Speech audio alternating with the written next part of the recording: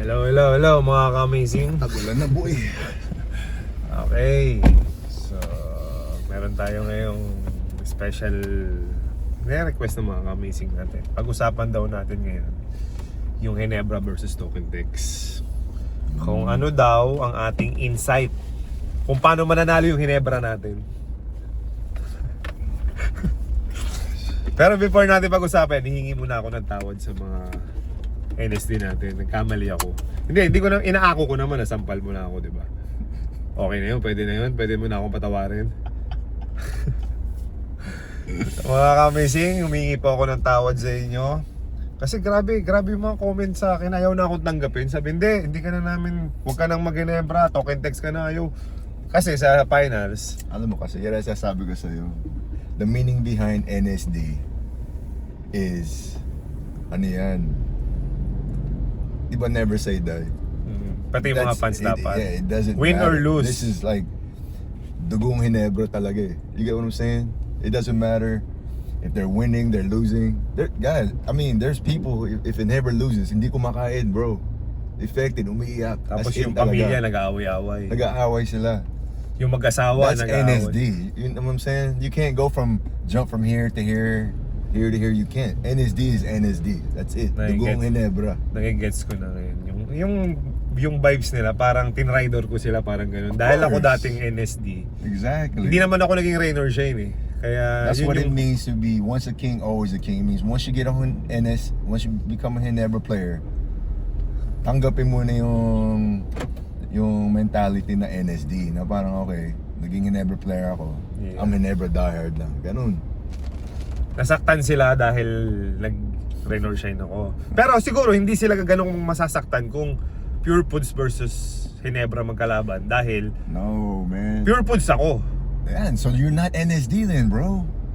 That's what I'm trying to tell you. Pero nga pag pinag-usapan natin yung Tokentex versus Ginebra ako, naging Ginebra player ako eh. Yeah, but your heart's not there. You get what I'm saying?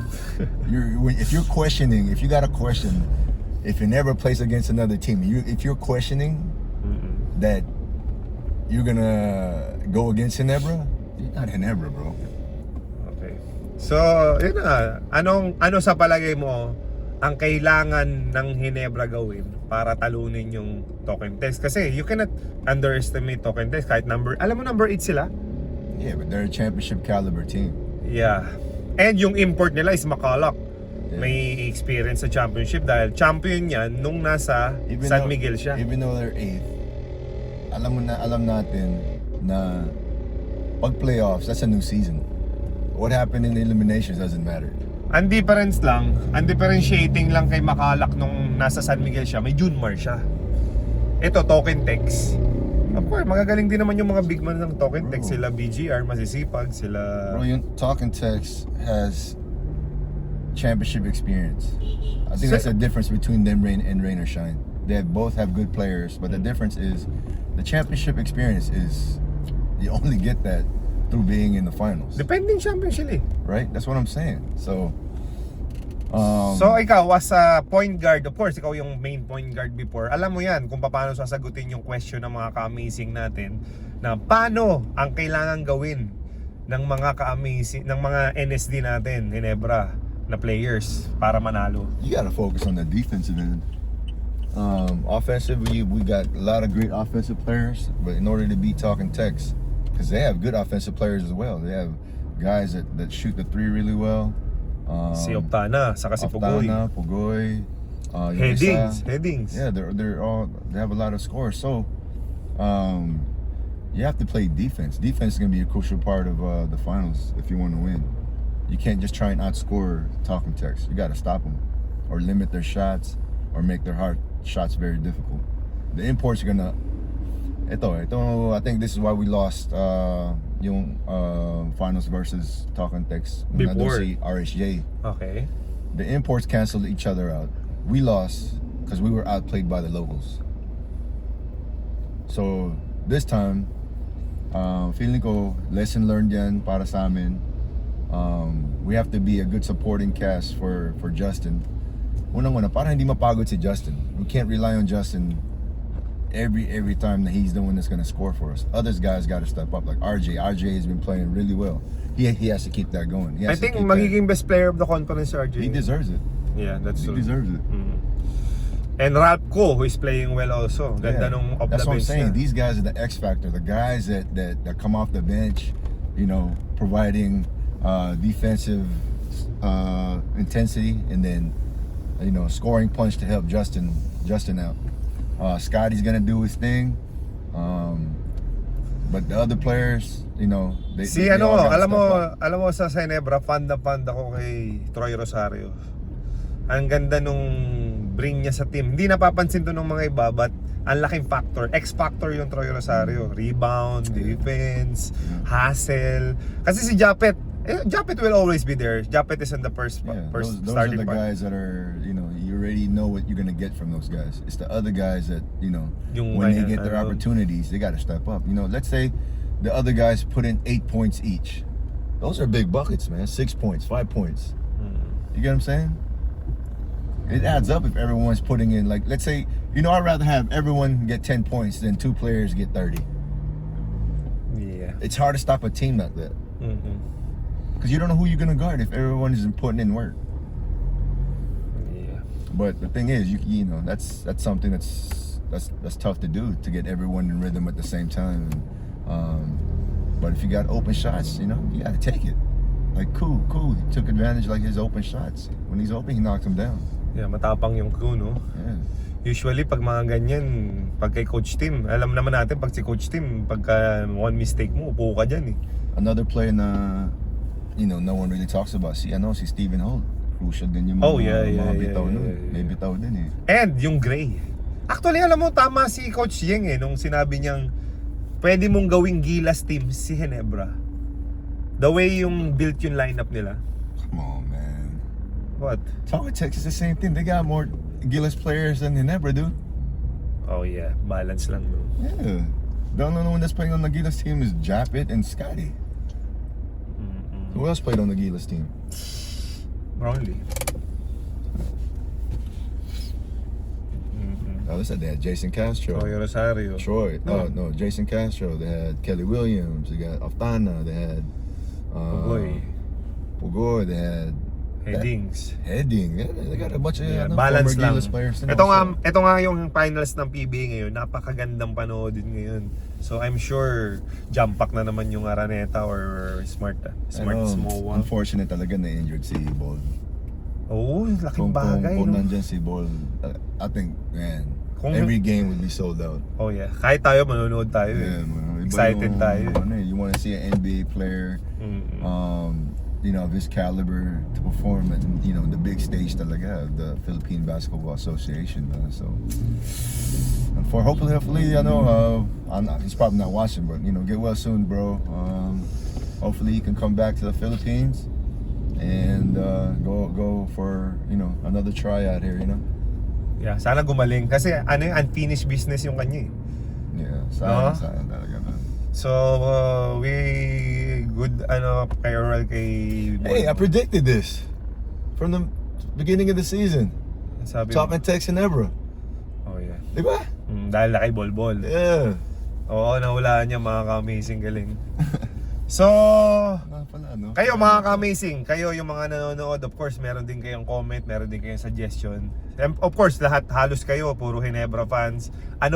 Mag-comment kayo kung ano yung feeling nyo kailangan gawin ng Ginebra para talunin yung Token Tex. Kasi before, natalo talaga ng Token Tex si Ginebra eh. With Justin Brownlee there, right? And the same lineup. I think technically parang same lineup eh. May mga nadagdag lang na mga role players. Pero yung difference, si RSJ, bro. His motor is different, man. Oo, iba. Si McCulloch, mahaba lang. Pero iba pa rin yung RHJ eh. Pero magaling pa rin. Hindi mo pwedeng underestimate yung McCulloch. No, of course not. Hindi mo pwedeng sabihin na But what I'm saying is, like, what you saw, why they won the championship. Parang Kobe Bryant, no? Like his motor, bro. He never got tired, man. Even when he started cramping. Yeah. You know what I'm saying? I agree. Kobe Bryant nga yung datingan niya eh. Yeah. Di ba parang ang kinukompare siya eh. Yeah. It's gonna be a good series for sure, man. So, ano ka? Ginebra ka ngayon? Nebra ako. NST ako eh. Tagapin nyo na ako. Mga ka-amazing, please. tanggapin nyo ako sa Ginebra. Of course, talk and text Ginebra, there's no doubt. Ginebra ako. Of course, no doubt kasi nga, kaya lang talaga ako napunta sa Ross kasi nga, I want to support yung underdog, yung independent team. Kung Pure Foods kalaban sa finals. Ngayon, di ko sino yung feeling kong balance naman. Pero See, that's the point they were trying to make. hindi talaga ako tunay na NSD. Pero walang question yan. Pero once a king, always a king. Kunyari, when you say Ginebra versus this team versus Ginebra, dapat matik, bam, bam, bam, bam. Dapat there's no question, man. Kung NSD ka talaga, there's Pero no once a question. king, always a king. So halimbawa ito, halimbawa, magbigyan kita ng example. Si Maliksi. Si Alain Maliksi, nasa Meralco, been with Meralco for 5-6 years na. Pero pag tinanong mo si Maliksi, mag-NSD siya ngayon? That's what I'm saying. If you ask Elaine right now, I guarantee he picks Morocco. He's not gonna pick Ginebra. Exactly, kasi 1 year lang siya naglaro doon. So, ako kasi nag-Pure Foods, nag-champion ako sa Pure Foods, saka sa San Miguel Beer. alam mo naman in your heart, bro, kung NSD ka talaga eh. If you have to question yourself if you're NSD or not, alam mo na yung sagot. Pero once a king, always a king. Kasi si Maliksi ay naging Ginebra Kings. So, king siya.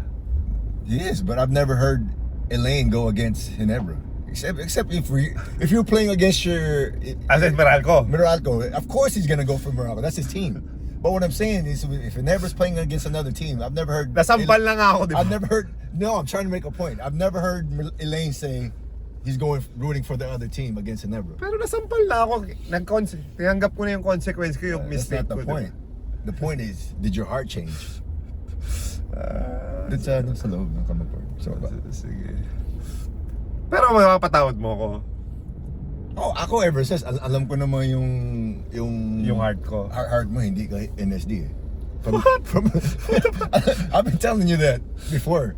Kasi nga Pure Foods ako. That's what I'm saying. So you're not Ginebra, bro. If your heart is Pure Foods, how can you say you're NSD? Yeah. Pero nga, You even admitted it yourself. You're pero Pure once a Foods. king, always a king. How can you say that? You just said you're Pure Foods. So kapag damot mo naman. Damot mo. Ang damot mo. Kasi you have to have that. If you want to be once a king, always a king, you have to have that NSD mentality, man. Okay. So, mga amazing. Kita-kita tayo sa finals. By the way, pupunta na kami bukas sa Sunderland Europe Tour, UK Tour. Sa mga taga London, sa mga taga Ireland, and sa mga taga Poland, yes, magkita-kita po tayo.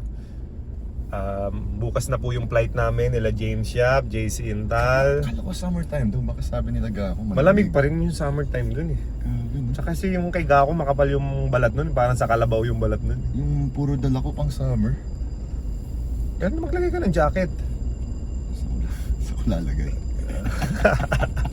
So, excited na po kami. And of course, pagtapos ng Europe natin at UK mga ka-amazing, diretso naman tayo sa Japan. So, July 4 naman po yung Japan. And then afterwards, pagtapos ng Japan, we will be going sa Canada. And then after Canada, we will be going to New Zealand. And then after New Zealand, Australia po mga ka-amazing. So, at ngayon po magpapagupit, shoutout, magpapagupit kami ngayon sa Supremo. Bakit? Kasi binuksan mo yung pinto. Magpapagupit kami ngayon sa Supremo Barbero dito sa, anong lugar to? Timog. Timog, yung may circle. So maganda pong maggupit dito, high quality po. And shoutout kay Pocare Sweat, kay Molten Basketball for supporting amazing basketball camp namin. Aces jersey, guys. We have a new partnership with Aces. So we're gonna be promoting Aces now, guys. So please support Aces. Sa mga hindi alam, it's a new gawa ng mga jersey. Yeah, namin. quality din mga yeah. amazing. And of course, yan naman tayo eh. Lahat ng amazing na product, yun yung gusto nating i-accept. So with that said, si Aces Apparel, Aces Jersey, yan na po ngayon yung makikita mo na partnership ni PBA Moro Club.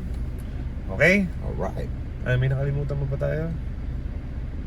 So far, okay na lahat eh, no? So, nakapag-impake na po kami. I haven't. Tuloy na. Hindi po ba? Okay, so Last mga minute. ka-amazing, NSD for life. Let's go! Yes, sir.